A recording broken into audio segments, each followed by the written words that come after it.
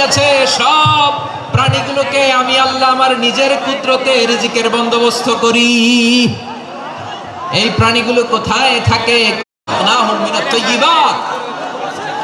এরপর আল্লাহ বললেন ফাদ্দালনাহুম আলা কাসীরিম মিম্মান খালাকনা তাফদীলা। মানুষের জন্য, মানুষের কল্যাণে, মানুষের প্রয়োজনে, মানুষের বশীভূত করে সৃষ্টি করেছেন কে?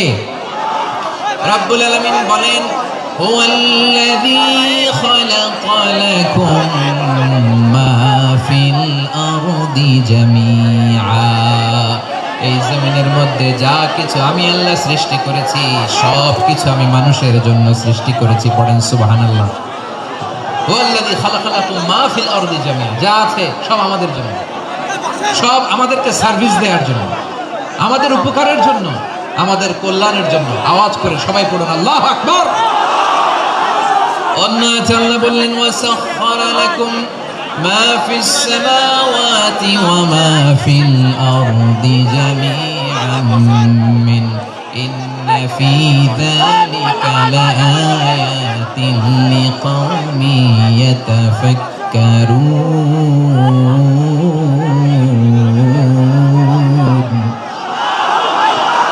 প্রথমে আল্লাহ বললেন জমিনে যা আছে সব তোমাদের কল্যাণে আমি সৃষ্টি করলাম। এরপরে আল্লাহ বললেন আকাশেও যা আছে সব তোমাদের জন্য সৃষ্টি করলাম, তোমাদের অনুগত বানিয়ে দিলাম। পড়েন সুবহানাল্লাহ। মানুষের কি ব্রেইন দেখে, মানুষ জমিন ছেড়ে আকাশে চলে যায়। পাখি দেখে মানুষের শখ হলো পাখি যেহেতু উঠতে পারে আমরাও পারবো। অরবিল রাইট, উইলবার রাইট, দুই ভাই মিলে আঁকাঝোঁকা করতে করতে করতে করতে প্লেন বানায় ফেললো। সুবহানাল্লাহ। এখন পাখি ওড়ে, আমরাও ওড়ি। এরপরেই মানুষের কৌতূহল থামে না এখানে। মানুষ চলে গিয়েছে চাঁদে। কোথায় গেছে?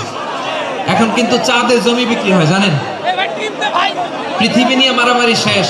রাশিয়া আমেরিকা এখন ধরছে চাঁদ আর মঙ্গল গ্রহ। এখন চাঁদে জমি বিক্রি হয়, মঙ্গলে জমি বিক্রি হয়। এই চাঁদ, মঙ্গল, বৃহস্পতি, শনি সব আল্লাহ তাআলা আমাদের জন্য বানিয়েছেন। সুবহানাল্লাহ পড়েন। মানুষ সাগরের উপরে চড়ে, শূন্যে ভেসে বেড়ায়, পাহাড় কেটে সুড়ঙ্গ বানায়, টানেল বানায়। মানুষ ব্রডব্যান্ডের লাইন নিয়ে যায় সাগরের ভেতর দিয়ে, এক দেশ থেকে আরেক দেশে, এক মহাদেশ থেকে আরেক মহাদেশে। সুবহানাল্লাহ পড়েন। তার মানে গোটা বিশ্বের সব কিছুর উপরে control, superiority over all creatures, সব কিছুর উপর কন্ট্রোল, মনিটরিং, নিয়ন্ত্রণ, এটা প্রতিষ্ঠা করে দিয়েছে কে? এজন্যই মানুষের শ্রেষ্ঠত্ব। ওয়ালাকাদ কাররামনা বানি আদম। আমি বনি আদমের সম্মান বাড়িয়েছি, মর্যাদা আমি বাড়িয়ে দিয়েছি এই কারণে, কারণ মানুষ সবকিছুর উপর নিয়ন্ত্রণ নিতে পারে। মানুষকে নিয়ে এই কোরআনের সব আলোচনা, মানুষকে নিয়ে এই কোরআনের সব। তাই কোরআনের কেন্দ্রীয় আলোচ্য বিষয় হচ্ছে মানুষ। কোরআনের কেন্দ্রীয় আলোচ্য বিষয় কি? যশোরের ভাইয়েরা বুঝে থাকলে সবাই বলবেন কোরআনের কেন্দ্রীয় আলোচ্য বিষয় কি? এই যে আমি মূল আলোচনায় যাচ্ছি এখন। কেন মানুষ কোরআনের কেন্দ্রীয় আলোচ্য বিষয়? এই যে ভাইরা, এই যে হাত জোর করে, এই যে Jessore Gen Z, the smart people of Jessore, হাত জোর করে বলতেছে, হাত জোর করে তোদের কাছে আল্লাহর দোহাই লাগে। Stop, stop. শুরুতে একবার বলেছে জায়গা না হলে আস্তে আস্তে ধাক্কা দিবা, সামনে না পিছনে দিয়ে দিয়ে বেরোয় চলে যাও। এলএনডিতে দেখো, এই যে এই যে আল্লাহর ওয়াস্তে জায়গা না হলে ওদিকে যাও। কোরআনের মাহফিলে বিশৃঙ্খলা, এটা কাফিরদের আলামত। কাফিররা শীষ দিত, শীষ। বিশ্বনবী কোরআনের তাফসীর করলে কাফিররা শীষ দিত আর ক্ল্যাপিং করত, হুইসেল এন্ড ক্ল্যাপিং। তো আমরা কি এখানে বিশৃঙ্খলা করতে আসছি? তো বারবার থামানো লাগে কেন? কোনো আওয়াজ হবে না, বললাম তো। স্টপ। আওয়াজ করে বলুন কোরআনের কেন্দ্রীয় আলোচ্য বিষয় কি? সবাই বলেননি। এতগুলো মানুষ উত্তর দিলে এতটুকু আওয়াজ হয়, অন্তত আমি বিশ্বাস করি না। যশোর, আওয়াজ করে বলো কোরআনের কেন্দ্রীয় আলোচ্য বিষয় কি? মানুষ। এই মানুষ কোরআনের কেন্দ্রীয় আলোচ্য বিষয়। মানুষকে আল্লাহ স্বাধীনতা দিয়েছেন। ফামান শাআ ফালিউমিন ওয়া মান শাআ ফালিয়াকফুর। চাইলে মুমিন হতে পারো, চাইলে কাফের হতে পারো, তোমার ইচ্ছা। তবে জেনে রাখো, মুমিন হলে পাবা জান্নাত, কাফির হলে পাবা জাহান্নাম। নাও দ্য ডিসিশন ইজ ইয়ার্স। সিদ্ধান্ত তোমার, জান্নাতে যাবা না জাহান্নামে যাবা। যশোরের ভাইয়ের আওয়াজ করে বলুন, কই যেতে চান, জান্নাতে না জাহান্নামে? ডান দিকে না বাম দিকে? ডানপন্থী না বামপন্থী? চিল্লা চিল্লি না চুপচাপ? চুপচাপ করে আবার চিল্লাচিল্লি শুরু করে দিচ্ছে। মাশাআল্লাহ। তাহলে কোরআনের কেন্দ্রীয় আলোচ্য বিষয় মানুষ। আমার সাথে থাকতে হবে, তোমাদেরকে নিয়ে আমি আলোচনা শেষ পর্যন্ত যাব। অনেক গুরুত্বপূর্ণ কথা বাকি আছে, আমাকে সহযোগিতা করতে হবে। মাশাআল্লাহ, এই তো ঠান্ডা হয়েছে। হ্যাঁ, ঠিক আছে ঠিক আছে ঠিক আছে। মানুষকে আল্লাহ এত স্বাধীনতা দিয়েছেন, মানুষ চাইলে অনেক ভালো হইতে পারে। ভালোর রাস্তাও খোলা, খারাপ হওয়ার রাস্তাও খোলা। ভালো হইলে মানুষ অনেক ভালো, খারাপ হইলে অনেক খারাপ। ভালো হইলে সবচেয়ে ভালো, খারাপ হইলে সবচেয়ে খারাপ। এজন্য সিদ্ধান্ত আপনাকেই নিতে হবে। আল্লাহ তাআলা বলছেন, লাকাদ খালাকনাল ইনসানা ফি আহসানি তাকওয়িম সুম্মা রাদাদনাহু আসফালা সাফিলিন। আমি মানুষকে অনেক সুন্দর অবয়বে, সুন্দর আকৃতিতে সৃষ্টি করেছি। তার শুধু চেহারার ডিজাইনটাই সুন্দর নয়, তার ব্রেনটা বড্ড সুন্দর, তার মানসিকতা বড্ড সুন্দর, তার সৃজনশীলতা বড্ড সুন্দর। পড়েন সুবহানাল্লাহ। আমাদের চেহারা, অবয়ব, ডিজাইন যে সুন্দর তা না, আমাদের ব্রেনটা অনেক সফিস্টিকেটেড ব্রেন, অনেক সফিস্টিকেটেড। এই 1.5 কেজি ব্রেন ইউজ করে মানুষ গোটা বিশ্বে সভ্যতা বিনির্মাণ করেছে, ঠিক কিনা? এই ব্রেন আল্লাহ তাআলা আমাকে দিয়েছে। এটারে কাজে লাগালে, আপনার 6 সেন্স কাজে লাগালে আপনি অনন্য মানুষ হয়ে উঠবেন, মহামানবে রূপান্তরিত হবেন। মানুষ হতে পারে, চাইলেই মহামানব হতে পারে। আবার যদি মানুষ চায় খারাপও হতে পারে। আল্লাহ বললেন শুধু ভালোই না, ভালো হতে চাইলে অনেক ভালো তুমি হতে পারো, আবার খারাপ হতে চাইলে অনেক খারাপ তুমি হতে পারো। সুম্মা রাদাদনাহু আসফালা সাফিলিন।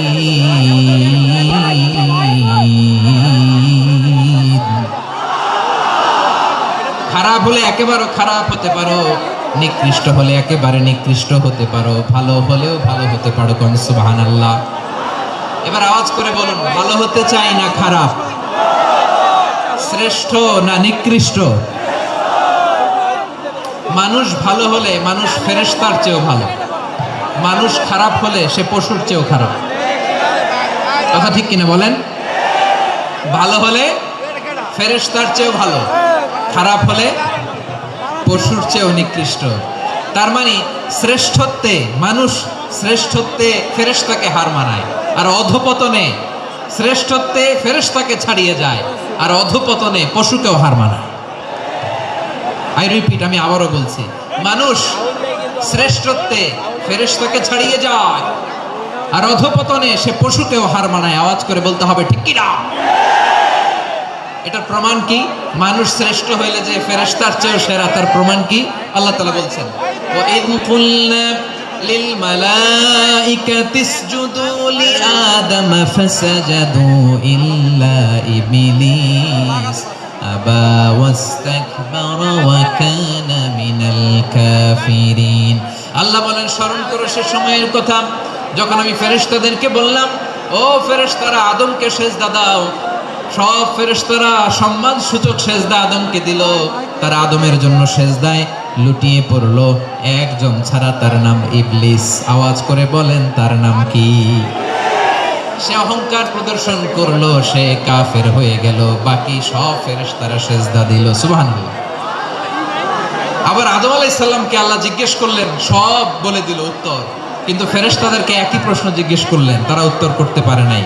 তার মানে এর মধ্য দিয়ে প্রমাণিত হয়, মানুষ ভালো হলে ফেরেশতার চেয়েও ভালো, ফেরেশতার চেয়েও মানুষের মর্যাদা বাড়িয়ে দিয়েছে কে? সব নূরের ফেরেশতা যখন মাটির আদমকে সিজদা দেয়, এটা প্রমাণ করে ফেরেশতার চেয়েও মানুষের মর্যাদা বাড়িয়ে দিয়েছে কে? তুমি মাটির আদমকে প্রথম সৃষ্টি করিয়া ঘোষণা করিয়া দিলে শ্রেষ্ঠ বলিয়া, তাই তো নূরের ফেরেশতা করে আদমকে সেজদা। ঠিক কিনা বলেন? তাই তো নূরের ফেরেশতা করে আদমকে সেজদা, সবার চেয়ে সম্মান দিলে মাটির আদমকে। আল্লাহু আল্লাহু তুমি জাল্লে জালালুহু শেষ করা তো যায় না গে তোমার গুণগান। পড়েন না, পড়েন। আল্লাহু আল্লাহু তুমি জাল্লে জালালুহু, শেষ করা তো যায় না গে তোমার গুণগান। আল্লাহু আল্লাহু, আল্লাহু আকবার। আদমের মর্যাদা বেশি, মানুষের মর্যাদা বেশি। মানুষ শ্রেষ্ঠ তার প্রমাণ নূরের ফেরেশতা মাটির আদমকে সিজদা করে আওয়াজ করে বলেন ঠিক কি না? তাহলে মানুষ ভালো হলে ফেরেশতার চেয়ে ভালো। আবার মানুষ যদি খারাপ হয় সে পশুর চেয়েও খারাপ। অধপতনে পশুত্বকে হার মানায়। তার প্রমাণ কি? তার প্রমাণ হচ্ছে যশোরের ভাইরা দেখবেন পত্রিকায় নিউজ পেপারে মাঝে মাঝে এরকম দেখা যায়, এক মানুষ আরেক মানুষকে হত্যা করে 20 টুকরা করে বস্তার ভিতরে ভরেছে। আপনারা এই নিউজ পড়েন নাই না? দেখেন নাই? দেখছেন? মানুষ মানুষকে হত্যা করে কয় টুকরা? জোরে বলেন। এখানেই ক্ষান্ত হয় না, আবার কোথায় ভরছে? বস্তার ভেতরে। আচ্ছা, বুঝে থাকলে আওয়াজ করে বলেন, কোনদিন শুনছেন একটা হাতি আর একটা হাতিকে হত্যা করে 20 টুকরা করছে, এরপরে বস্তার ভিতরে ভরছে? হইছে? তাহলে দেখেন, মানুষ যদি খারাপ হয় সে পশুকেও হার মানায়। চিল্লায় বলো ঠিক কি না? এমনও দুশ্চরিত্র মানুষ আছে যার নজর থেকে 6 মাসের ছোট্ট মেয়ে থেকে শুরু করে 80 বছরের বৃদ্ধারাও নিরাপদ নয়। পশুকেও হার মানে। মানুষের ঘর জ্বালিয়ে পুড়ে মেসাকার করে দেয়, জনপদের পর জনপদ জ্বালায় দেয়। এরকম আছে না নাই? বোমা মেরে শহরগুলো উড়িয়ে দেয়। এই যে ইসরায়েল গাজার মধ্যে যে অ্যাটাক করেছে, এরা মসজিদ মানে নাই, মসজিদে বম ফেলেছে। এরা খ্রিস্টানদের চার্চ গির্জা মানে নাই, গির্জায় বম ফেলেছে। পৃথিবীর ইতিহাসে never happened in the history of the world that someone bombed on a hospital, on an ICU center. এমন হাসপাতাল যেখানে আইসিইউ রোগীরা আছে, ওই হাসপাতালের উপরও ইসরায়েলি সৈনিকেরা বোমা মেরেছে। জোরে বলেন ঠিক কিনা? এরা মানুষ? আওয়াজ করে বলেন, এরা মানুষ না। প্রিয় ভাইয়েরা, চোখ কান নাক মুখ থাকলেই মানুষ না। যা সামনে দেখেন এগুলো সব মানুষ না, এগুলো জনসংখ্যা। এগুলো কি? সবাই বলুন, এগুলো কি? বাড়ছে জনসংখ্যা, কমছে মানুষ। বাড়ছে জনসংখ্যা, কমছে। এই দুনিয়া এখন তো আর সেই দুনিয়া নাই, মানুষ নামের মানুষ আছে দুনিয়া বোঝাই, সেই মানুষের ভিড়ে আমার আসল মানুষ না। ঠিক কিনা? আসল মানুষের বড্ড অভাব, আসল মানুষের বড্ড অভাব। আমার ভাইয়েরা, মানুষ খারাপ হলে পশুকেও হার মানায়।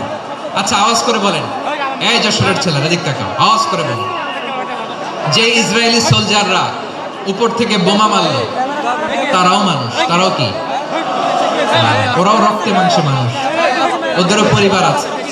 বোমা মেরে যে মেয়েটাকে তারা অনাথ বানায়, ইয়াতিম বানায়, ও কিন্তু বাসায় ওর মেয়েটাকে রেখে আসছে। ঠিক কিনা বলেন? বম্বিং করে যে বাবাকে মেরে, স্বামীকে মেরে স্ত্রীকে বিধবা বানায়, তারও ঘরে স্ত্রী আছে। উপর থেকে বম মেরে মানুষ মেরে দিচ্ছে, তারাও মানুষ। 1945 সালের 6ই আগস্ট আমেরিকান সোলজাররা হিরোশিমায় বম মেরেছে। আমি নিজে দেখে এসেছি জাপানের হিরোশিমাতে। সকাল 8:15 মানুষ কেউ অফিসে যাচ্ছিল, কেউ খেতে খামারে কাজ করতে যাচ্ছিল। লিটল বয় নামে একটা বোম মেরেছে তারা। এই বোমের আঘাতে, পারমাণবিক এই বোমার রেডিয়েশনে আঘাতে বোম ব্লাস্ট হওয়ার পরে মুহূর্তের মধ্যে 1,40,000 নাই। উপর থেকে যারা মারতেছে এরাও মানুষ, যাদেরকে মারলো তারাও। তার মানে মানুষে মানুষে পার্থক্য আছে না? নেই? মানুষে মানুষে পার্থক্য আছে। নাক কান চোখ মুখ থাকলেই মানুষ নয়। বাড়ছে জনসংখ্যা, কমছে মানুষ। চিল্লায় বলো ঠিক কি না? তাহলে আমরা বুঝলাম, মানুষ ভালো হলে অনেক ভালো, খারাপ হলে অনেক খারাপ। ও আমার কলিজার টুকরা যশোরের ভাইয়েরা, আসুন না 3 দিন ব্যাপী এই তাফসীরুল কোরআনের ঐতিহাসিক প্রোগ্রাম থেকে আমরা সিদ্ধান্ত নেই আমরা ভালো মানুষ হব নাকি খারাপ মানুষ হব। কলিজা থেকে, প্রাণ থেকে আওয়াজ করে সবাই বলুন, ভালো মানুষ নাকি খারাপ মানুষ? ভালো মানুষ হইতে, ভালো মানুষ যারা জগৎটাকে এনলাইটেন করবে, যারা এনলাইটেন করবে, যারা সত্যের বীর সেনানী হয়ে দাঁড়াবে, যারা সত্যের পক্ষে কথা বলবে, যারা জালিমের মসনদকে ভেঙে খান খান করে দিবে, এরকম হওয়ার দরকার আছে না নাই? এরকম ভালো মানুষ আমরা হতে চাই কি চাই না? মানুষকে যত্ন নিলে মানুষ যে কত ভালো হয় আপনি কল্পনাও করতে পারবেন না। এই যে আপনাদের যশোরে যে ভালো ছেলেগুলো আছে, যে ভালো তরুণগুলো আছে, যে যুবকগুলো আছে, যে ভালো আলেমরা আছে, ভালো নেতারা আছে, সবাই যদি তাদের মতো হতো পুরো যশোরটা একটা জান্নাতের টুকরা হয়ে যেত। আওয়াজ করে বলেন ঠিক কিনা? মানুষকে নার্চারিং করলে, মানুষকে পলিশ করলে, মানুষকে গ্রুমিং করলে, মানুষকে সঠিক তারবিয়া দিলে মানুষ অনন্য হয়ে ওঠে। প্রতিটি মানুষ অনন্য, আমি অনন্য, আপনি অনন্য, আমরা সবাই অনন্য। সুবহানাল্লাহ বলেন। মানুষকে আল্লাহ তাআলা দিয়েছেন অসীম ক্ষমতা, অসীম ক্ষমতা। সুবহানাল্লাহ। একটা মানুষ পারেন এমন কিছু নাই, একটা মানুষ পারেন এমন কিছু নাই। বিশ্বাস করতে হবে, মানুষ যা কল্পনা করতে পারে ওইটা মানুষ করে দেখাতে পারে। যশোরের ভাইয়ের, আই রিপিট, আমি আবারও বলছি, এই চিল্লাচিল্লি করলে আমার এই গুরুত্বপূর্ণ কথা তোমরা মিস করবা, মিস করবা। কপাল পড়া হয় না, আওয়াজ করে কপাল পড়া হবে না। আমার দিকে তাকাও। মানুষ, মানুষ যা কল্পনা করতে পারে সেটা মানুষ করে দেখাতে পারে। তুমি তোমার কল্পনার রাজ্যকে সাজাও, তোমাকে হারাতে পারে এমন কোন শক্তি আল্লাহর জমিনে নাই। তোমার কি শক্তি, কি সম্ভাবনা তুমি জানোই না মিয়া। তুমি এদিকে তাকাও কেন? তোমার রাস্তা তো ওই দূরে। তুমি কোথায় যাবে, আল্লাহ তোমার টেনে কোথায় নিয়ে যাবে তুমি কিছুই জানো না। প্ল্যান বিগ, ড্রিম বিগ, কল্পনার শক্তিকে বড় করো। মানুষ যা কল্পনা করতে পারে মানুষ তা করে দেখাতে পারে। মানুষের কাছে অসাধ্য কিছু নাই, মৃত্যু ছাড়া, এক্সেপ্ট ডেথ। মৃত্যু ছাড়া মানুষ সবকিছুকে জয় করতে পারে। মৃত্যু ছাড়া যে কোনো অসাধ্যকে সাধন করার ক্ষমতা মানুষকে দিয়ে দিয়েছে কে? হারার জন্য তোমার জন্মই হয় নাই, তোমার জন্ম হয়েছে জিতার জন্য, বিজয়ের জন্য তোমার জন্ম। মানুষের শুরুটাই হয় বিজয় দিয়ে। যশোর, আওয়াজ করে বলো, মানুষের শুরু হয় কি দিয়ে? আমরা যখন আমার পিতার পৃষ্ঠদেশে ছিলাম, পিতার পৃষ্ঠদেশ থেকে শুক্রাণু যখন মায়ের গর্ভদেশে যেয়ে পড়ে, কতটা শুক্রাণু ভ্রমণ শুরু করে জানো? 20 কোটি শুক্রাণু। একবার সিমেন আউট হলে সেখানে 20 কোটি শুক্রাণু থাকে, ভ্রমণ শুরু করে। ওই 20 কোটি শুক্রাণুর মধ্য থেকে তুমি আমি আজকে এক বিকশিত শুক্রাণু মানব রূপে পৃথিবীতে এসেছে। সুবহানাল্লাহ। ওই 20 কোটি শুক্রাণুর প্রতিযোগিতায় সবাইরে পেছনে ফেলে সেদিন আমি সফল হয়েছিলাম, সেদিন আমি বিজয়ী হয়েছিলাম। সেদিন আমি এত ছোট ছিলাম, মাইক্রোস্কোপ দিয়েও আমার অস্তিত্ব টের পাওয়া যায় না। আমি এত তুচ্ছ ছিলাম, নগণ্য ছিলাম। আমার কান ছিল না, আমার চোখ ছিল না, আমার হাত ছিল না, আমার জন্য রিকমেন্ডেশন করার মতো মামু ছিল না, খালা ছিল না, কেউ ছিল না। তারপরেও ওই প্রতিযোগিতায়, ওই কম্পিটিশনে যখন আমারে কেউ হারাতে পারে নাই, আল্লাহর জমিনেও আমারে কেউ হারাতে পারে না। হারার জন্য তোমার জন্মই হয় নাই, তুমি আসছোই জিতার জন্য। সুবহানাল্লাহ। বিশ্বনবী বলেন, আন-নাসু মাআদিন কামাআদিনি যাহাবি ওয়াল ফিদ্দা খিয়ারুহুম ফিল জাহিলিয়াতি খিয়ারুহুম ফিল ইসলাম। Peoples are like mines of gold and silver.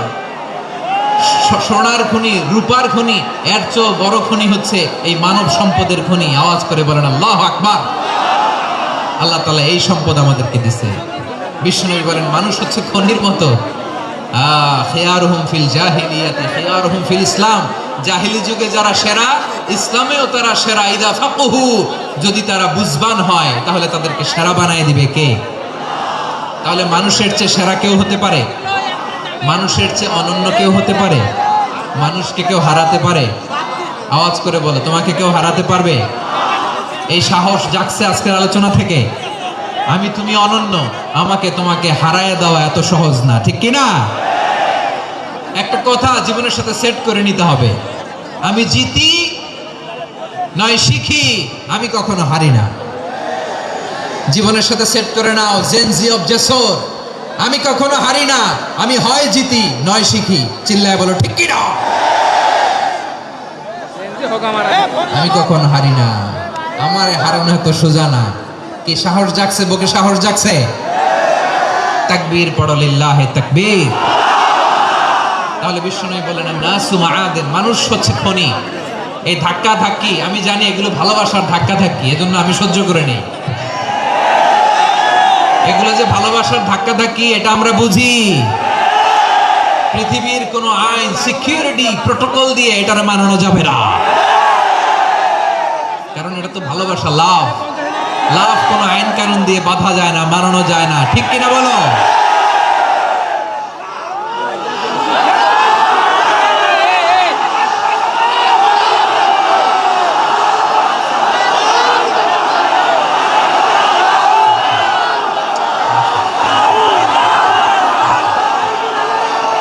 ঠিক আছে, বসুন বসুন বসুন। আল নাসু মাআদিন, মানুষ হচ্ছে খনি, এই খনির যত্ন নিতে হবে। আমার মা বাবা যারা এসেছেন, আপনার ছেলে মেয়ের যত্ন নেন। আপনার ছেলের মধ্যে যে কি পটেনশিয়াল আপনি জানেন না। আপনার এই ছোট্ট অবুঝ ছেলেটাই আগামী দিনের শায়েখ আহমদুল্লাহ হবে। আপনার হেফজখানায় পড়া ওই ছোট্ট ছেলেটাই আগামী দিনের আল্লামা মামুনুল হক হবে। আপনার ওই ছেলেটা আমির হামজা হবে, আব্দুল হাই সাইফুল্লাহ হবে। এভাবে বড় বড় আলেম হবে, তারা যুগ শ্রেষ্ঠ আলেম হবে। সেই একদিন এই বাংলাদেশের পার্লামেন্টে যে বক্তব্য দিয়ে যশোরের পক্ষে কথা বলবে। আপনি জানেন না, কাউকে ছোট করবেন না, আপনি ওর কনফিডেন্স আপনি কমাবেন না, আপনি কমাতে পারেন না। প্যান্ডেলে আমার যে মা বোনেরা আছেন, ছেলে মেয়েদেরকে কখনো ছোট করে কথা বলবেন না। ও যে কোথায় যাবে আপনি জানেন না, আপনি মা হয়ে তাকে সাহস দিবেন, তার কল্পনার জগৎটাকে সাজাতে তাকে উৎসাহিত করবেন, ঠিক কিনা বলেন? আর আমার প্যান্ডেলের আমার প্রিয় শ্রদ্ধাশীলা মায়েরা বোনেরা, আপনারা তো আরো দামি সম্পদ। বিশ্বনবী বলেন আর দুনিয়া কুল্লুহা মাতা। আল্লাহ আল্লাহ আল্লাহ, বিশ্বনবীর কথার ওজন দেখেন। আর দুনিয়া কুল্লুহা মাতা ওয়া খায়রু মাতা'আদ দুনিয়া আল মারআতুস সালিহা। বিশ্বনবী বলেন দুনিয়ায় যা দেখো সব আল্লাহর দেওয়া অ্যাসেট, মানে সম্পদ। আর এত অ্যাসেটের ভিড়ে সবচেয়ে শ্রেষ্ঠ সম্পদ হচ্ছে নেককার নারী। সুবহানাল্লাহ। ভাইয়েরা বোনের সাথে খারাপ আচরণ করো না, সন্তান মায়ের সাথে খারাপ আচরণ করো না। আমাদের মায়েরা আমাদের asset, they are our priceless asset. কারণ এই মায়েদের পেটে এসেছে আল্লাহর ওলিরা, এই মায়েদের পেটে এসেছে খান জাহান আলী, এই মায়ের পেটে এসেছে শাহজালাল ইয়ামানি, এই মায়ের পেটে এসেছে আল্লাহর সব নবীরা। নাকি নবীরা আকাশ থেকে ধপ করে জমিনে নেমে আসছে? মায়ের পেটে আসছে। এই মায়ের পেটগুলো খনি। আমার সম্মানিতা মায়েরা বোনেরা, নিজেকে ইসলাম দিয়ে সাজান, নিজেকে ইসলাম দিয়ে সাজান, নিজেকে পবিত্র রাখুন, নিজের আব্রু ইমান ইজ্জতের হেফাজত করুন, কোরআন পড়ুন, সুন্নাহ পড়ুন। আপনি জানেন না আপনার গর্ভে কে আসছে, কোন ক্ষণজন্মা পুরুষকে আল্লাহ তাআলা আপনার গর্ভে পাঠাবে আপনি জানেন না। মায়েরা নিজেদেরকে পবিত্র রাখুন, ইসলাম চর্চা করুন, কোরআন চর্চা করুন, নৈতিকতা দিয়ে নিজেকে সাজান। যশোরের জেনজি, নিজেদেরকে প্রস্তুত রাখো আগামীর বাংলাদেশের জন্য। নৈতিকতা, মোরালিটি, ভ্যালিউজ দিয়ে নিজেকে সাজাও, ইসলাম দিয়ে নিজেকে সাজাও। কারণ আগামীর বাংলাদেশ ইসলামের বাংলাদেশ। বাংলাদেশের আসল পরিচয় ইসলাম। বাংলাদেশের আসল পরিচয় কি? সবাই বলে না। বাংলাদেশের আসল পরিচয় কি? এই ইসলাম নিয়ে আমরা সংসদ ভবন সাজাবো, রাজি আছি না নাই? শেকড় ভুলে যাওয়া যাবে না। আমরা ধাপে ধাপে শারিয়া আইনের দিকে যাব ইনশাআল্লাহ, কিন্তু জঙ্গিবাদ দিয়ে নয়, কট্টর পন্থা দিয়ে নয়, আমরা ইন্টেলেকচুয়ালি গ্রাজুয়ালি ধাপে ধাপে শরিয়া আইনের দিকে মুভ করব ইনশাআল্লাহ। বলো লিল্লাহি তাকবীর। এদেশের আসল পরিচয় সবাই বলে না, আওয়াজ করে, এদেশের আসল পরিচয়। এদেশে আজান শুনে সূর্য ওঠে শহর গ্রামে, এদেশে আজান শুনে সূর্য ডুবে সন্ধ্যা নামে, এদেশে সকল কাজে সবাই বলে বিসমিল্লাহ, এদেশে ভালো কিছু দেখে শুনে হাসি মুখে সবাই বলে মাশা আল্লাহ। সুবহানাল্লাহ সুবহানাল্লাহ সুবহানাল্লাহ সুবহানাল্লাহ সুবহানাল্লাহ সুবহানাল্লাহ সুবহানাল্লাহ সুবহানাল্লাহ।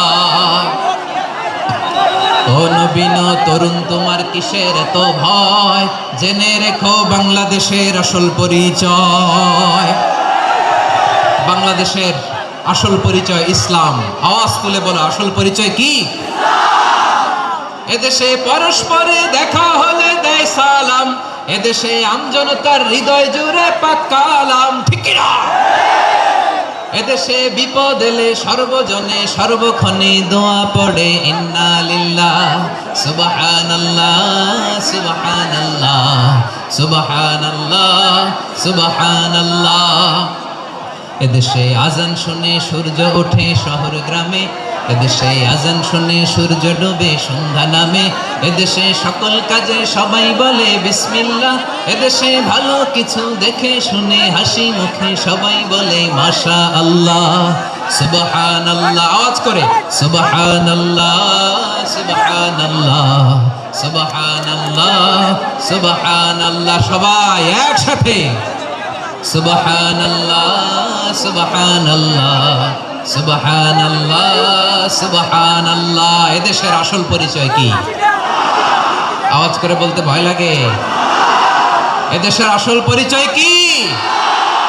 ইসলাম দিয়ে আমাদের সংসদ ভবন চলুক, আমরা চাই কি চাই না? বঙ্গভবনে লা ইলাহা ইল্লাল্লাহর পতাকা উড়ুক, আমরা চাই কি চাই না? প্রতিটি জেলা অফিসে, ডিসি অফিসে লা ইলাহার পতাকা ঝুলুক, আমরা চাই কি চাই না? কারা কারা চাই হাত তুলে আল্লাহর দেখায়।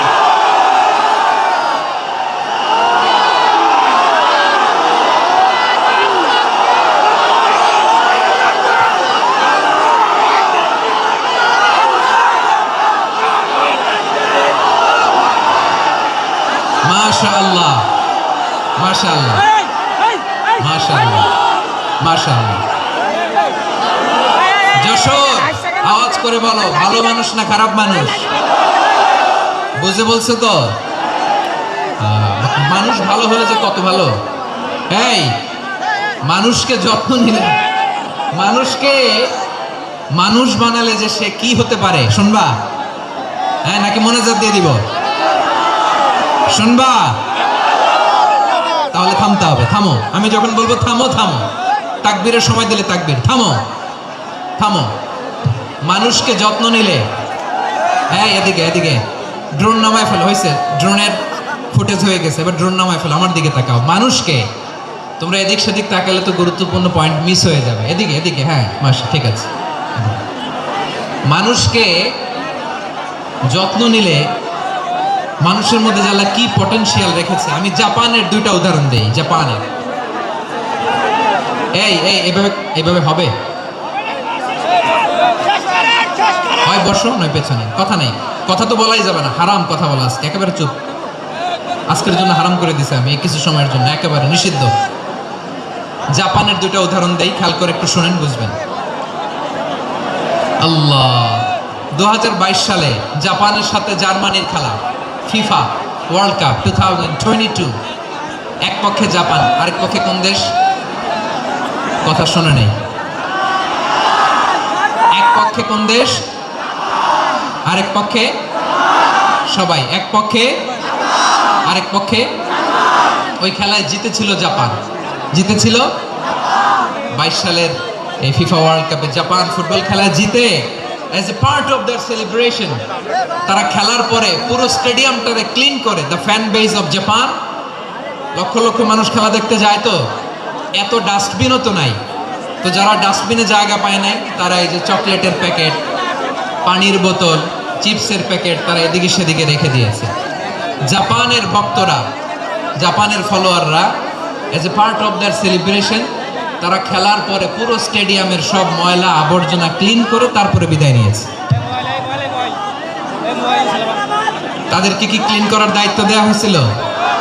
এই যশোর, জাপানের যে ছেলেরা খেলা দেখতে গেছিল ওদেরকে কি ক্লিন করার দায়িত্ব দিছিল? তারা কি স্টেডিয়ামের পরিচ্ছন্নতা কর্মী? তাদের আকল, তাদের সিক্স সেন্স তাদেরকে বলেছে। ছোটবেলা থেকে জাপান গভর্নমেন্ট ওদেরকে এত পরিচ্ছন্নতা শেখায়, ক্লিনলিনেস অ্যাওয়ারনেস ক্যাম্পেইন করায়। ক্লাসে আমি দেখেছি, ক্লাসে নিজের বেঞ্চ নিজে মুছে, ক্লাসের মাঝখানে একটা সময় দেয়, নিজের টেবিল নিজে মুছে, নিজের ক্লাসরুমটা নিজে পরিষ্কার করে। রাস্তাঘাটে একটা ধুলা নাই, ময়লা নাই, একটা টিস্যু নাই। খেলার পরে গোটা বিশ্বকে তাক লাগিয়ে দিয়েছে। জাপানের ফ্যানরা সবার রেখে যাওয়া গার্বেজ, টিস্যু, বোতল পরিষ্কার করে তারপরে স্টেডিয়াম থেকে বিদায় নিয়েছে। আমরা কেন এমন হইতে পারলাম না? আমরা কেন এমন হইতে পারলাম না? জাপানের যারা এগুলো করছে ওদের তিনটা করে চোখ না? চোখ তো তিনটা জাপানা লাগো, জাপানা লাগো। হাত তো চারটা, কান তো ছয়টা। হ্যাঁ, নাকি আমার মতো দুই হাত দুই কানওয়ালা মানুষ?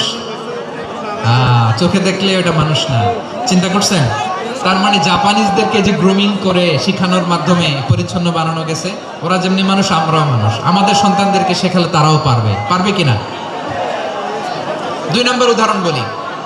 চট্টগ্রাম ফেনীতে যারা গিয়েছেন, মেঘনা গোমতী ব্রিজ প্রকল্প নাম শুনছেন? মেঘনা একটা ব্রিজ পার হওয়া লাগে। এই মেঘনা গোমতী, এখানে 3টা ব্রিজ, কাঁচপুর সহ এই 3টা ব্রিজের নির্মাণ কাজ, রেনোভেশনের কাজ দেওয়া হয়েছিল জাপানের একটা কোম্পানিকে। কাকে? জাপানের কোম্পানির নির্মাণ শেষে 738 কোটি টাকা বেঁচে গেছিল। এটা গভর্নমেন্টের হাতে দিয়ে তারা বিদায় নিয়েছে। কত টাকা? 738 কোটি টাকা। যত প্রাক্কলিত ব্যয় নির্ধারণ করা হয়েছে সব টাকা সরকার, তৎকালীন সরকার 2019-এর সরকার কারা ছিল তো জানেন? এই 2019-এর সরকার তাদেরকে দিয়েছে। তারা রিনোভেশন নির্মাণ শেষে 738 কোটি টাকা অতিরিক্ত বেঁচে গেছিল। এটা আবার গভর্নমেন্টের হাতে বুঝাই দিয়ে তারা বিদায় নিচ্ছে। আমরা কেন এমন হইতে পারলাম না? জাপানের ওরাও মানুষ, আমরাও মানুষ। তার মানে মানুষে মানুষে পার্থক্য আছে না নাই? আচ্ছা, জাপানের 2টা উদাহরণ দিলাম, এবার আমার দেশের 2টা উদাহরণ দিব না? বাংলাদেশের 2টা উদাহরণ দিই। 1 নম্বর উদাহরণ, গত সপ্তাহে আপনারা জানেন কক্সবাজার আমার একটা প্রোগ্রাম ছিল, তো হেলিকপ্টারে গিয়েছিলাম। ফেনী জেলা যখন পার হচ্ছি আমি দেখলাম 3টা উইন্ড মিল চিনেন তো?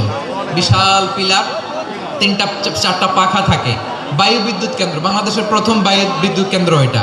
মুহুরী প্রজেক্ট বলে এটা সম্ভবত, মুহুরী প্রজেক্ট। তো সাগরের বাতাসের ঝাপটায় এটা ঘুরে এনার্জি হয়, ইলেকট্রিসিটি উৎপাদন হয়। তো আমি পাইলটকে বললাম, ভাই এগুলো থেকে কেমন ইলেকট্রিসিটি উৎপাদন হয়? কয় হুজুর একটুও হয় না, কিছুই হয় না। কিছুই হয় না মানে? বলে হুজুর বাংলাদেশে যত উইন্ড মিল আছে এটার পাখা একটাও ঘুরে না। আল্লাহ, বলেন কি? তাহলে যে কোটি কোটি টাকা ব্যয় করে যে উইন্ড মিল, কয় হুজুর ভিতরে ফিটফাট, উপরে ফিটফাট, ভিতরে সদরঘাট। তার মানে কোটি কোটি টাকা দিয়ে এই উইন্ড মিল বানায়, এখানে কিছু নাই। দুর্নীতির আড্ডাখানা, আখড়াখানা বাংলাদেশ, ঠিক কিনা বলেন? আরে জাপানিজরাও মানুষ, আমরাও মানুষ। আমার এক নিকট আত্মীয় সরকারি চাকরিজীবী, উনি আমাকে বললেন, বাংলাদেশের আরেকটা উদাহরণ দেখি। উনি আমাকে বললেন যে প্রতি বছর আমাদের অফিসের ফার্নিচার চেঞ্জ করে। আমি বললাম, প্রতি বছর ফার্নিচার চেঞ্জ করে কেন? বলে যে ফার্নিচার নতুন পারচেজ করলেই তো এখানে টাকা, নতুন কিনতে পারলেই টাকা, নতুন উন্নয়নের সবক শোনাতে পারলেই টাকা। প্রথম আলোর রিপোর্ট, কি আলো? প্রথম আলোর রিপোর্ট, গত 15 বছরে উন্নয়নের নামে লুটপাট হয়েছে প্রায় 3.25 লাখ কোটি টাকা। কার রিপোর্ট? আমাদের বানানো কথা। প্রথম আলোর রিপোর্ট। গত 15 বছরে কারা ছিল জানেন তো? হ্যাঁ, শুধু ওনাদেরকেই দোষ দিয়ে লাভ নাই। স্বাধীনতার পর থেকে শুধু শাসকের হাত বদল হয়েছে, আমরা কিছু পাই নাই, ঠিক কিনা বলেন? শুধু ওনাদের দোষ দিয়ে কি লাভ? একদল খাইছে, আরেক দল খাওয়ার জন্য রেডি হয়ে আছে। আমরা এরকম চাই না। আমরা চাই স্বাধীন সার্বভৌম বাংলাদেশ। আমরা চাই দুর্নীতিমুক্ত বাংলাদেশ।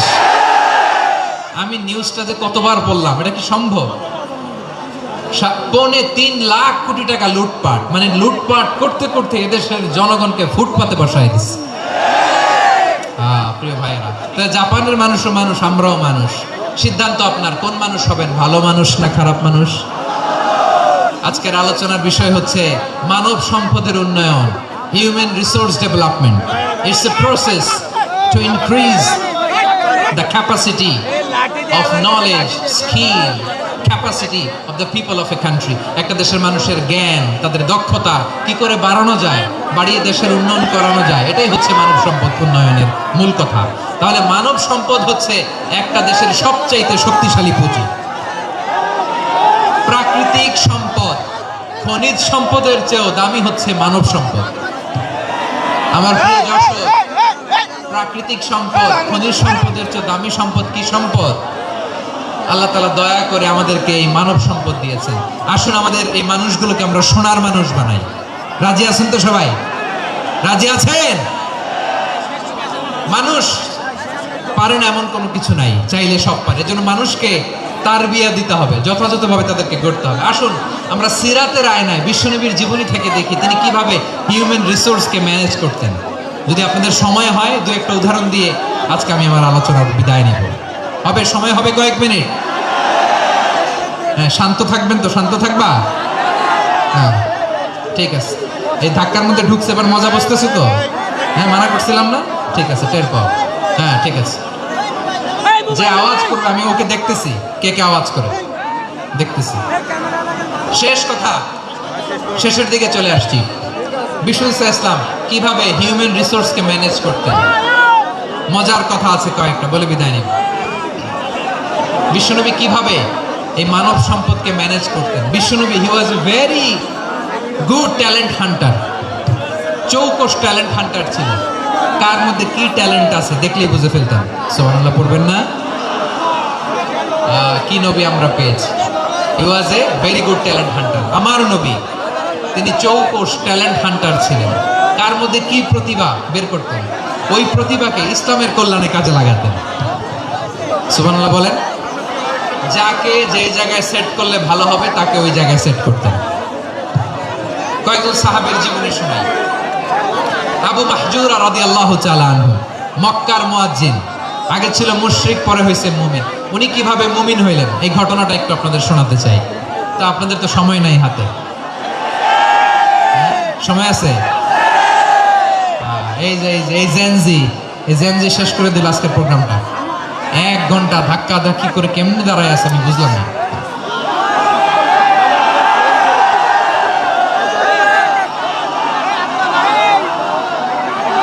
না না, তাকবির না, চুপ করতে হবে। What I need, you stop. Just shut up. চুপ।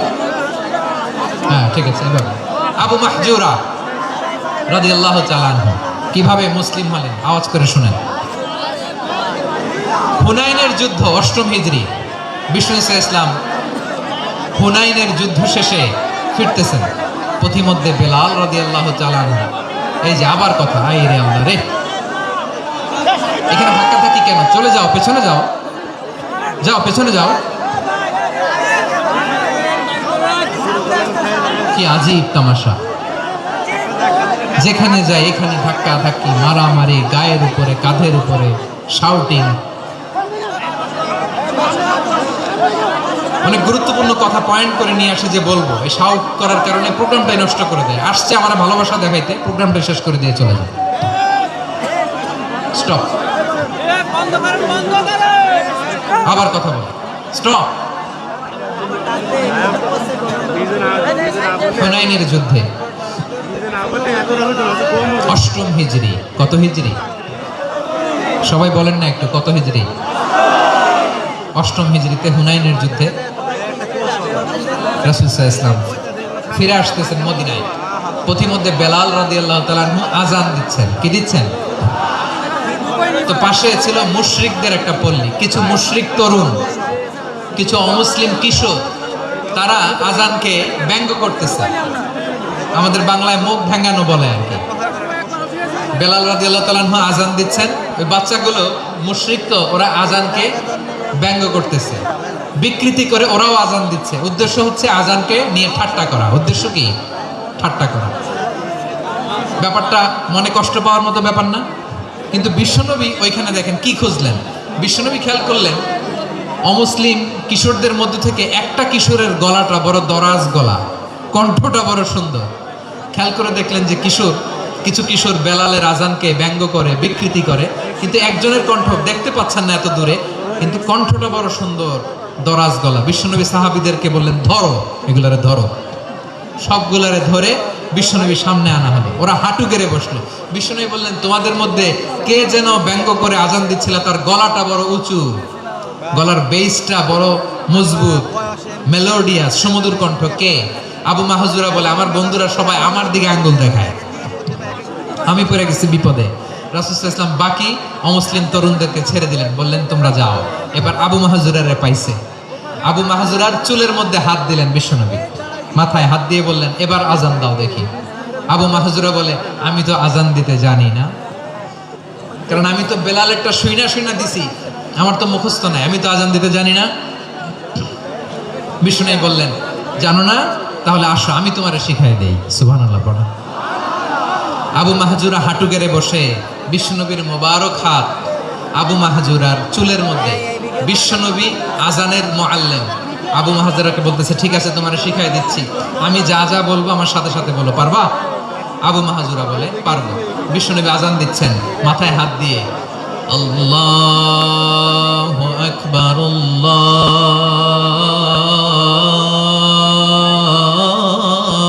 আল্লাহু আকবার। আবু মাহজুরা এই বাক্যটা পড়লেন। বিশ্বনবী দ্বিতীয় বাক্য পড়তে আরম্ভ করলেন, আল্লাহু আকবার,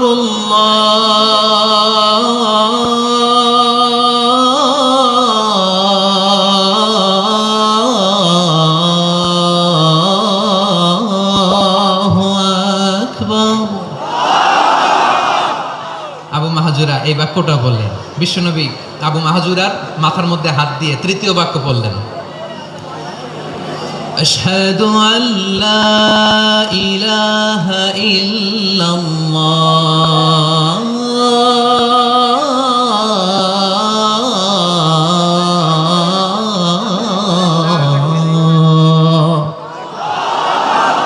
আবু মাহজুরা তৃতীয় বাক্য পড়লেন। বিশ্বনবী একটা বাক্য পরে আবু মাহজুরা পড়ে, বিশ্বনবী পরে আবু মাহজুরা পড়ে। আবু মাহজুরা কিন্তু অমুসলিম, মুশরিক।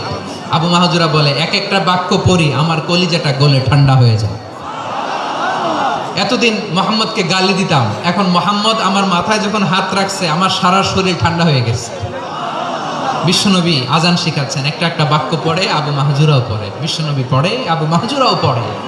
পুরো বাক্যগুলো যখন শেষ, আজান শেষ, আবু মাহজুরাও যখন পুরো আজান পড়লেন, আবু মাহজুরা বললেন, এতদিন মোহাম্মদের চেহারা দেখলে আমার ঘৃণা লাগতো, আজ থেকে মোহাম্মদের চেহারার চেয়ে প্রিয় চেহারা আমার কাছে নাই। আবু মাহজুরা বললেন, ও মুহাম্মদ, আজানের বাক্য তো আপনি আমারে শেখালেন, এখানেই শেষ করবেন না, আপনি আমারে পড়ায় দেন, লা ইলাহা ইল্লাল্লাহু মুহাম্মাদুর রাসূলুল্লাহ সাল্লাল্লাহু আলাইহি ওয়াসাল্লাম। বিশ্বনবীর সাথে দাঁড়িয়ে উনি শাহাদা পড়ে মুসলমান হয়ে গেলেন। এবার আবু মাহজুরা বলে, ইয়া রাসূলুল্লাহ, ইয়া হাবিবাল্লাহ, আমি মুমিন হয়েছি, মুসলমান হয়েছি, আপনার কাছ থেকে আজান শিখার সৌভাগ্য আমি লাভ করেছি গো নবী। কিভাবে হিউম্যান রিসোর্স, মানব সম্পদকে ব্যবহার করতে হয়, আসছিল আজানকে ভেঙাইতে। আসছিল কেন? আজানকে ব্যঙ্গ করার জন্য, বিকৃত করার জন্য। আজানকে বিকৃত করতে যে ইসলামের সবচেয়ে শ্রেষ্ঠ মসজিদের মুয়াজ্জিন হয়ে গেল। পড়েন সুবহানাল্লাহ। হযরত আবু মাহজুরা রাদিয়াল্লাহু তাআলা আনহু ওনার এই সুললিত কণ্ঠ ব্যবহার করে মসজিদুল হারামে এত সুন্দর করে আল্লাহু আকবার বলে আজান দিতেন। মানুষগুলোর, মুসল্লিগুলোর, মক্কাবাসীর হৃদয়কে তিনি বিগলিত করে দিতেন, মানুষের হৃদয়কে ঠান্ডা হয়ে যেত। শুধু এখানেই শেষ না আমার যশোরের ভাইয়েরা। বিশ্বনবী যখন সাইয়েদনা আবু মাহজুরা রাদিয়াল্লাহু তাআলা আনহুকে আযান শেখাচ্ছিলেন, বলেন তো বিশ্বনবীর হাতটা কোথায় ছিল? আবু মাহজুরার মাথার সামনে, এই চুলের উপরে ছিল। আবু মাহজুরা ওই স্মৃতিটাকে ধারণ করবার জন্য, ওই স্মৃতিকে বহন করার জন্য বিশ্বনবীর মোবারক হাত আবু মাহজুরার কপালের চুলের যেই জায়গায় লেগেছে, মৃত্যুর আগের দিন পর্যন্ত আবু মাহজুরা মাথার ওই চুলে কোনোদিন ছুরি আর কামার লাগায় না, সেখানে কেচি লাগায় নাই, চুলের মধ্যে খুর লাগায় নাই। আবু মাহজুরা ডান দিকের চুল কাটতো, বাম দিকের চুল কাটতো, পেছনের চুল কাটতো, সামনের চুল কাটতো না। আবু মাহজুরা রাদিয়াল্লাহু তাআলা আনহুর সামনের চুলগুলো বড় হতে হতে যখন এত বড় হয়ে যায়, তিনি চুলগুলো পেঁচিয়ে মাথার মধ্যে রাখতেন, তারপরে তিনি পাগড়ি পরতেন। সবাই জিজ্ঞেস করতো, আবু মাহজুরা এটা আবার কেমন স্টাইল? দেখতে তোমারে কি বিদঘুটে লাগে? কেমন অড লাগে, কেমন খারাপ দেখা যায়। মক্কায় এমন কোন মানুষ তো দেখি নাই, ডানে চুল কাটে, বায়ে চুল কাটে, পেছনে চুল কাটে, সামনে কাটে না। ওরে আবু মাহজুরা কেমন দেখা যায় তোমারে, তুমি সামনের চুল কাটো না কেন? আবু মাহজুরা বলে, আমি হাঁটু গেড়ে পেয়ারা নবীর সামনে বসেছিলাম, আমার এই মাথার চুলের মধ্যে মুবারক হাত লাগিয়ে বিশ্বনবী নিজে আমাকে আজানের প্রতিটা বাক্য শিক্ষা দিয়েছেন। বিশ্বনবীর মোবারক হাত, পবিত্র হাত আমার মাথার চুলের যেই জায়গায় লেগেছে, আমি চাই ওই চুলগুলা নিয়ে আমি আমার কবরের ভিতরে যাব। সাইয়েদনা আবু মাহজুরা রাদিয়াল্লাহু তাআলা আনহু ইন্তেকালের আগের পর্যন্ত মাথার সামনের চুলগুলা কাটে নাই। মাথার সামনের চুল তিনি কাটেন নাই। সুবহানাল্লাহ বিহামদি। কেমন ভালোবাসতেন বিশ্বনবী সাহাবীদেরকে, সাহাবারা কেমন ভালোবাসতেন বিশ্বনবীকে। সামনের চুলগুলো বড় হতে হতে এত বড় ছিল, পেঁচিয়ে রেখে পাগড়ি পরতেন, কাটতেন না। নবীর হাত লেগেছিল। সুবহানাল্লাহ পড়ে। তাহলে what is the lesson? Moral of the story কি? মোরাল অফ দ্য স্টোরি হচ্ছে, আসছিল আজানকে ব্যঙ্গ করার জন্য, বিকৃত করার জন্য, হয়ে গেল মসজিদুল হারামের মুয়াজ্জিন। দেখেন বিশ্বনবী একটা খারাপ সিচুয়েশনের মধ্যে থেকে কি ভালো জিনিস বের করে আনলেন। আমি যে শুরুতে বলেছি কিভাবে তিনি হিউম্যান রিসোর্সকে ডেভেলপ করেছেন, ম্যানেজ করেছেন। তিনি যে চৌকস ট্যালেন্ট হান্টার ছিল, দেখেন সবার মধ্যে থেকে এর বাছাই করে মুয়াজ্জিন বানাই দিয়েছেন। সুবহানাল্লাহ পড়েন। তার মানে এই না সবাইরে ধরে ধরে উনি মুয়াজ্জিন বানাইছেন। যার যেই ট্যালেন্ট আছে তাকে ওই কাজে অ্যাসাইন করেছেন। যার যেই প্রতিভা আছে তার প্রতিভাকে ইসলামের কাজে লাগিয়েছেন। সুবহানাল্লাহ পড়েন। যায়েদ বিন সাবিত রাদিয়াল্লাহু তাআলা আনহু নাম শুনেছেন? যশোর কথা বেরোয় না। যদি জিজ্ঞাসা সালমান খানের নাম শুনছেন, সবাই হাত তুলবে, জি হুজুর শুনছি, মানে সব দেখা শেষ। সালমান খান, আমির খান, অমুক খান, সব খান মুখস্থ, কিন্তু যায়েদ বিন সাবিতের নাম মুখস্থ নাই মুসলমানদের। যে সাহাবী মাথার সামনের চুল কাটে নাই, মসজিদুল হারামের মুয়াজ্জিন বানাইছেন বিশ্বনবী, সাহাবীর নাম কি? খায়া ফেলাইছে, স্লোগানের সাথে খায়া ফেলাইছে। আবু মাহজুরা। কি নাম? আবু মাহজুরা আল জুমাহি রাদিয়াল্লাহু তাআলা। এই নামটা আজকে নিয়ে যাইতে হবে যশোর। আবু মাহজুরা রাদিয়াল্লাহু তাআলা। দুই নম্বরে বলছিলাম যায়েদ বিন সাবিত রাদিয়াল্লাহু তাআলা। বিশ্বনবী দেখলেন মদিনার এই আনসারী সাহাবী হাইলি ট্যালেন্টেড, ইন্টেলেকচুয়াল, মেরিটোরিয়াস, জ্ঞানের প্রতি তার আকর্ষণ, মারাত্মক আকর্ষণ। বিশ্বনবী তাকে দায়িত্ব দিলেন, কোরআন যা নাজিল হয় তুমি লিখো, কাতিবুল ওহী বানায় দিলেন। সুবহানাল্লাহ। যায়েদ বিন সাবিতরে আবার আজান শিখান নাই, কারণ তার মধ্যে বিশ্বনবী প্রতিভা দেখেছেন, একাডেমিক প্রতিভা। বিশ্বনবীর একাডেমিক প্রজেক্টগুলো তিনি হ্যান্ডেল করতেন। যায়েদ বিন সাবিত ছিল বিশ্বনবীর ব্যক্তিগত সচিব। কি ছিল? ব্যক্তিগত সচিব। বোঝেন নাই? বিশ্বনবীর ব্যক্তিগত সচিব এবং দোভাষী। ইহুদিরা কিছু লিখে দিলে এটার অর্থ বিশ্বনবীরে বুঝায় দিতেন। আবার ইহুদিদের কাছে কিছু লিখতে হলে তিনি লিখে দিতেন। বিশ্বনবী একদিন বললেন, ইন্নী ওয়াল্লাহি মা আমানু ইয়াহুদা আলা কিতাব। ইহুদিরা যে চিঠি পাঠায় অর্থ তো বুঝি না, আরেক ইহুদি আইনে অর্থ করা লাগে। আবার ইহুদিদের কাছে কিছু লিখে পাঠাইতে চাইলে আমরা তো লিখতে পারি না, ইহুদিরে দিয়ে লেখা লাগে। ওরা যে পয়রা শোনায় লিখে দেয়, আমি ওদের বিশ্বাস করি না। আমার নিজের একজন লোক দরকার। বিশ্বনবী এই যায়েদ বিন সাবেতকে চুজ করলেন ল্যাঙ্গুয়েজের জন্য। উনি বললেন, যায়েদ, তোমার সফট স্কিলকে ডেভেলপ করতে হবে, তুমি হিব্রু ল্যাঙ্গুয়েজ শিখে ফেলো। যায়েদ বিন সাবেত বলল, বিশ্বনবীর মোটিভেশন আর ইন্সপিরেশন পেয়ে আমি 15 দিনে ইহুদিদের এই হিব্রু ল্যাঙ্গুয়েজ শিখে ফেললাম। শুধু শিখে ফেললাম না, হাত্তা হাদিকতু, even I became master in the language. এই ভাষা আমি পারদর্শী হয়ে গেলাম। এরপর ইহুদিরা চিঠি লিখে পাঠালে আর কোনো ইহুদি ডাকা লাগতো না, আমি নবীর এটার অর্থ শুনে পরে বুঝাই দিতাম। আবার ইহুদিদের কাছে চিঠি লেখা লাগলে আমি যায়েদ বিন সাবেত চিঠি লিখে দিতাম। সুবহানাল্লাহ। দেখেন, এত সাহাবীর মধ্যে থেকে বিশ্বনবীর একাডেমিক প্রজেক্ট, ব্যক্তিগত সচিব, দোভাষী হিসেবে তিনি যায়েদ বিন সাবেতের মতো তরুণকে নির্বাচিত করেছেন। কেমন ট্যালেন্ট হান্টার ছিল আমার নবী! সুবহানাল্লাহ পড়বেন না? বিশ্বনবীর ইন্তেকালের পরে সাইয়েদনা আবু বকর রাদিয়াল্লাহু তাআলা আনহু যখন খলিফা হয়ে আসলেন, কোরআনকে সংকলনের দায়িত্ব দেয়া লাগবে, কোন সাহাবীকে দিবেন? সব সাহাবারা মিলে পরামর্শ করলেন। সাইয়েদনা আবু বকর, ওমর সবাই মিলে বিশাল কোরআন সংকলনের গুরু দায়িত্ব বিশ্বনবীর ব্যক্তিগত সচিব, বিশ্বনবীর দোভাষী, বিশ্বনবীর সিলেক্ট করাই লোক যায়েদ ইবনে সাবিত রাদিয়াল্লাহু তাআলা আনহুকে দিয়েছে। কোরআনের কপি তো আজকে এখানে রাখি নাই। এই যে আজকের যে কোরআন পড়েন, এটা আগে এরকম ছিল না। কোরআন নাজিল হলে সাহাবারা চামড়ার, ওটের চামড়ায় লিখে ফেলতো, ওটের চ্যাপ্টা হাড্ডির মধ্যে লিখে ফেলতো, গাছের গুড়ির মধ্যে লিখে ফেলতো, বিভিন্ন জনের কাছে ছড়ানো ছিটানো ছিল। আবু বকর রাদিয়াল্লাহু তাআলা আনহু একসাথে করলেন, পরবর্তীতে ওসমান রাদিয়াল্লাহু তাআলা আনহু একসাথে করলেন। 114 সূরার এখন এই মুসহাফ, এই কম্পাইলেশন, এই কপি আমরা পেয়েছি, যার হিউজ কন্ট্রিবিউশন ছিল। এই পুরো কোরআন কম্পাইলেশনের প্রজেক্ট ম্যানেজার ছিল যায়েদ বিন সাবিত রাদিয়াল্লাহু তাআলা।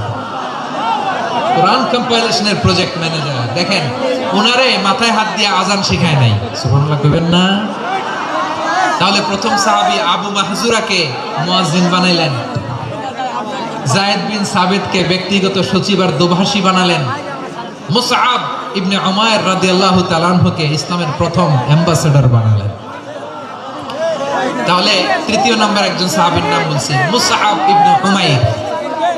মুসআব কি নাম? নামটা কেমন লাগে? কয়েকজনের ভাল লাগে, বাকিদের ভাল লাগে না? ভাল লাগে? এই এই আর কয়েকটা মিনিট দেওয়া যাবে না আমাকে আল্লাহর রাস্তে? হ্যাঁ, ঠিক আছে। আমি তোমাদেরকে ভালোবাসা দেখাবো, দোয়া করবো যদি চুপ থাকো, একেবারে চুপ, কষ্ট সহ্য করো। বাকিরা যা সওয়াব পাবে তোমরা ডবল পাবা, যেহেতু কষ্ট বেশি, কিন্তু চুপ। 3 নাম্বার সাহাবীর নাম মুসআব। এই ধাক্কাধাক্কি কেন? ধাক্কাধাক্কি কেন রে ভাই? না না না, এরকম হইলে আসবো না যশোর, আমি আর আসবো না। হয় পিছনে চলে যাও, নাহলে চুপ, ধাক্কাধাক্কি নেই। 3 নাম্বার সাহাবীর নাম মুসআব। কি নাম? He was the first ambassador in Islam. ইসলামের প্রথম ডিপ্লোম্যাট, প্রথম কূটনৈতিক, ইসলামের প্রথম কূটনৈতিক, ইসলামের প্রথম ডিপ্লোম্যাট, প্রথম অ্যাম্বাসেডর মুসআব ইবনে উমাইর। মক্কার তরুণ যুবক, উনি পারফিউম লাগাইলে মানুষ দেখলেই বুঝতো এটা মুসআব লাগাইছে। এমন ড্যাশিং ফেসের ছিল, এমন স্মার্ট ড্যাশিং ফেস, এমন পার্সোনালিটির মানুষ ছিল মুসআব রাদিয়াল্লাহু তাআলা। কারণ যিনি ইসলামের স্পোকম্যান হবেন, মুখপাত্র হবেন, তার স্মার্ট হওয়ার দরকার আছে না নাই? আকাবার প্রথম শপথ যখন হলো, তাদের সাথে বিষ্ণু ইসলাম মদিনাতে একজন মুখপাত্র পাঠালেন, ডিপ্লোম্যাটকে পাঠালেন, অ্যাম্বাসেডর অফ ইসলাম, তিনি হচ্ছেন মুসআব ইবনে উমাইর। সুবহানাল্লাহ। বিশ্বনবী দেখলেন সে অনেক স্মার্ট, তার ডেডিকেশন আছে, সিনসিয়ারিটি আছে। মদিনায় যে আউস খাজরাজ গোত্রের নেতাদের সাথে ডিল করতে হবে, ইহুদিদের সাথে ডিল করতে হবে, ওখানে একজন পাক্কা জানু খেলোয়াড়ের দরকার আছে না নাই? মুসআব ইবনে উমাইর রাদিয়াল্লাহু তাআলা আনহু, ওনাকে বিষ্ণু ইসলাম চুজ করলেন। এবং বিষ্ণু ইসলামের এই চুজিংটা, এই সিলেকশনটা এত সুন্দর ছিল, তিনি মদিনাতে যে বিশ্বনবী আসার আগেই মদিনার জমিনকে তিনি উর্বর করে ফেলছেন।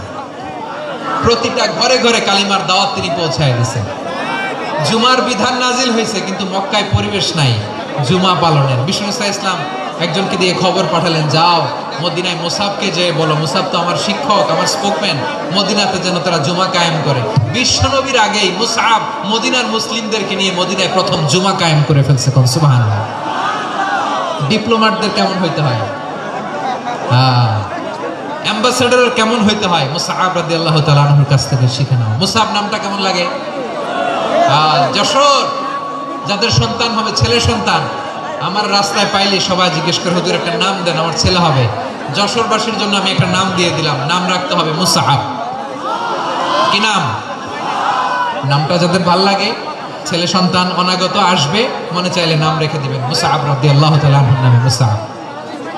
তাহলে মুসাব রাদিয়াল্লাহু তাআলা আনহুকে বিশ্বনবী ল্যাঙ্গুয়েজ শিখান নাই, সফট স্কিল শিখান নাই। যায়েদ রাদিয়াল্লাহু তিনি হিব্রু ল্যাঙ্গুয়েজ শিখেছেন, সুরিয়ানি শিখেছেন, কিন্তু মুসাবকে তিনি বানিয়েছেন the spokesman of Islam, the first diplomat, the ambassador of Islam. সুবহানাল্লাহ পড়বেন না? আব্দুল্লাহ ইবনে আব্বাস রাদিয়াল্লাহু তাআলা আনহু বিশ্বনবীর কাজিন, চাচাতো ভাই। আবার মাইমুনা রাদিয়াল্লাহু তাআলা আনহু, মাইমুনা নবীর স্ত্রী, তিনি ছিলেন আব্দুল্লাহর আপন খালা। তো নবীর বউ যদি ওনার খালা হয়, নবী তার কি? বুঝে নাই, নবী তার কি? খালু। তাহলে সম্পর্ক অনেক গভীর, কাজী আবার খালু। ছোট্ট মানুষ, তাই রাতে মাঝে মাঝে ঘরে থাকতো। বিশ্বনবী দেখলেন আব্দুল্লাহ যেহেতু আমার ঘরে ঢুকতে পারে, আব্দুল্লাহরে এই উম্মতের বড় শিক্ষাবিদ বানাইতে হবে। কথা বোঝে নাই? আব্দুল্লাহকে কি বানাইতে হবে?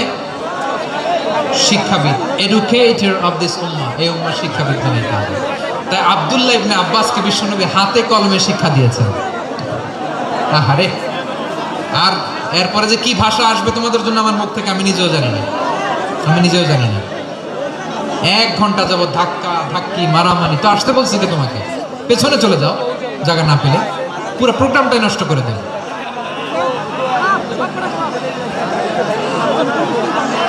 জি, আমার দিকে তাকান, আমি শেষ করে দিচ্ছি। হবে না, ইন্টেলেকচুয়াল আলোচনা এখানে হবে না, আমি বুঝতে পারছি, আমি শেষ করে দিচ্ছি। আব্দুল্লাহ ইবনে আব্বাস রাদিয়াল্লাহু তাআলা আনহু, মনোযোগ দিয়ে কয়েকটা মিনিট শুনুন, আমি এখনই শেষ করে দিচ্ছি, এরপর আওয়াজ করবে। এই যে এগুলো কি আমি বুঝলাম না। আমি বললাম না সব করা যাবে, বসে যাও, শুয়ে যাও, চলে যাও, আওয়াজ করা যাবে না।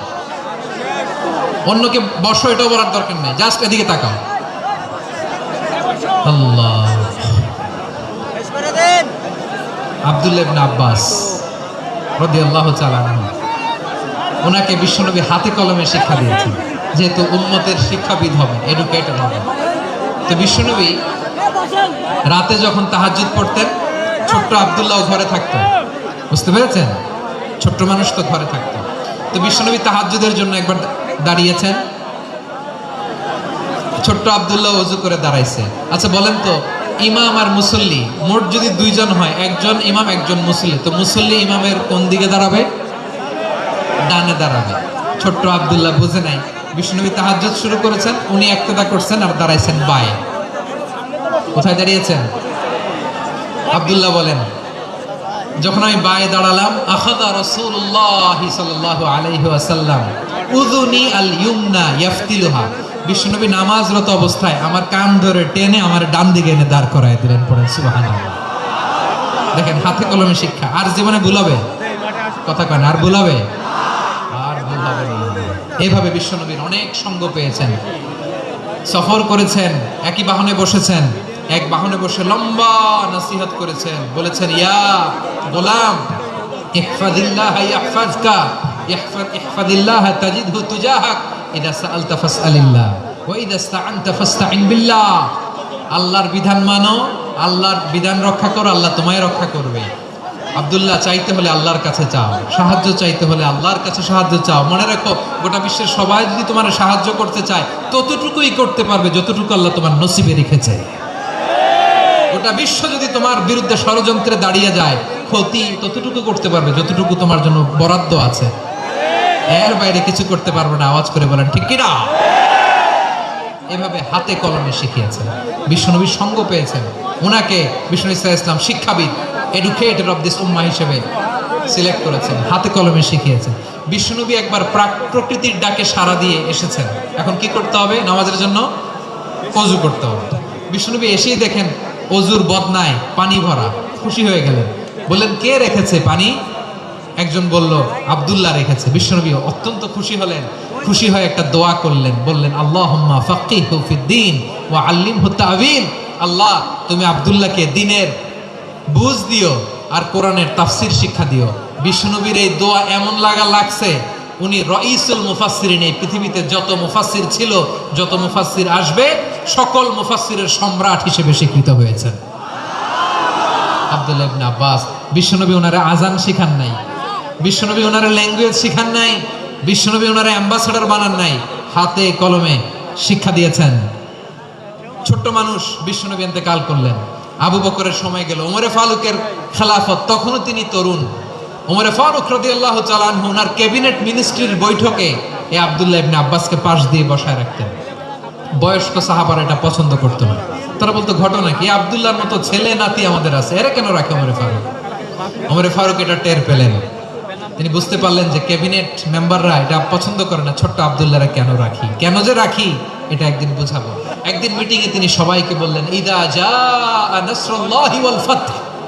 এই আয়াত দ্বারা উদ্দেশ্য কি বলেন তো মুরব্বী সাহাবীরা? এক সাহাবী বলেন এই সূরা দ্বারা উদ্দেশ্য, আল্লাহ বলেছেন আমাদেরকে বিভিন্ন ল্যান্ড, বিভিন্ন এলাকা বিজয় করতে হবে। ওমরে ফারুক বললেন না, হয়নি। আরেকজন বললেন বিজয় হওয়ার পর আমাদের বেশি বেশি আল্লাহর বরত্বের ঘোষণা দিতে হবে, এটা উদ্দেশ্য। ওমরে ফারুক বললেন না, হয় নাই। যারা জিজ্ঞেস করেন কেউ পারে না। সব শেষে বিশ্বনবী ছোট্ট আব্দুল্লাহরে বলেন আব্দুল্লাহ ইদা জাআ নাসরুল্লাহি ওয়াল ফাতহ, এর দ্বারা উদ্দেশ্য কি বলো তো?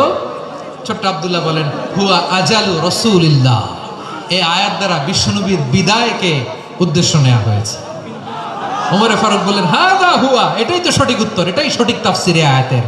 কারণ ইদা জাআ নাসরুল্লাহি ওয়াল ফাতহ, যখন আল্লাহর সাহায্য আর বিজয় আসবে, ওয়া রাআইতান নাসা ইয়াদখুলুনা ফি দীনিল্লাহি আফওয়াজা, আপনি দেখবেন দলে দলে ঢলে ঢলে বানের পানির মতো মানুষ ইসলামের দিকে ঢুকতেছে, ইসলামের বিজয় হয়েছে। তো ইসলামের বিজয়ের মিশন নিয়ে নবী আসছে, বিজয়ী যখন হয়ে গেছে এখন তো নবীর বিদায় হবে। জোরে বলেন ঠিক কিনা? কোন সাহাবী এই সূক্ষ্ম কথাটা ধরতে পারে নাই, ওই আব্দুল্লাহ ছাড়া। আব্দুল্লাহ যখন উত্তর দিছে সব সাহাবীদের টনক নড়েছে। এরপর থেকে কোনো ক্যাবিনেট মিটিং এ আর কোনো সাহাবারা কোনো প্রশ্ন করে নাই, আওয়াজ করে পড়েন সুবহানাল্লাহ। বিশ্বনবী আব্দুল্লাহ ইবনে আব্বাসকে দ্য এডুকেটর অফ দ্য উম্মাহ, উম্মার শিক্ষাবিদ হিসেবে গ্রহণ করেছেন। আওয়াজ করে পড়তে হবে আল্লাহু আকবার। সাহাবীদের নামগুলো মনে থাকবে? এক নম্বরে আবু মাহজুরা, মুয়াজ্জিন বানাইছেন। যায়েদ ইবনে সাবিত, দোভাষী, ট্রান্সলেটর অফ প্রফেট, এবং তিনি ছিলেন বিশ্বনবীর ব্যক্তিগত সচিব। Musab ibn Umair, the first ambassador and diplomat of Islam. Abdullah ibn Abbas, এই উম্মার সবচেয়ে বড় এডুকেটর, শিক্ষাবিদ। আরেকজন ছিল আব্দুল্লাহ ইবনে মাসউদ রাদিয়াল্লাহু তাআলা। দুই আব্দুল্লাহ, আব্বাস গেল, আরেকজন হচ্ছে মাসউদ। মক্কার তরুণ, ছাগল পালতো মুশরিকের। বিশ্বনবী আর আবু বকর রাদিয়াল্লাহু তাআলা আনহু একবার গেলেন, যে দেখে এই তরুণ দাঁড়ায় আছে। বিশ্বনবী বলেন আমি খুব ক্ষুধার্ত, তোমার কাছে কি দুধ আছে ছাগলের? আব্দুল্লাহ ইবনে মাসউদ বলে আছে। ওয়ালাকিন আনা মু'তামান, কিন্তু যে দুধ আছে এটা আমানতের, আমি দিতে পারবো না। বিশ্বনবী এইটা শুনেই তারা টার্গেট করে ফেলছে। আনা মু'তামান, দুধ আছে কিন্তু এটা আমার মালিকের, আমি তো দরদ দেখাই, আমার মালিকের দুধ আপনি পথিক, আপনারা দিতে পারি না। বিশ্বনবী টার্গেট করে ফেলছেন, আরে আমার কাজে লাগাইতে হবে। বিশ্বনবী বললেন আচ্ছা ঠিক আছে দুধ দিও না, কিন্তু এমন ছাগি আছে কিনা যেই ছাগির সাথে কোনো ছাগলের মিলন হয় নাই, তার ওলানে দুধও আসে নাই, বাচ্চাও নাই, এরকম ছাগির থেকে যদি আমি দুধ খাই তাহলে তো সমস্যা নাই। বলতেছে এরকম ছাগির থেকে দুধ খাইলে সমস্যা নাই, কারণ এরকম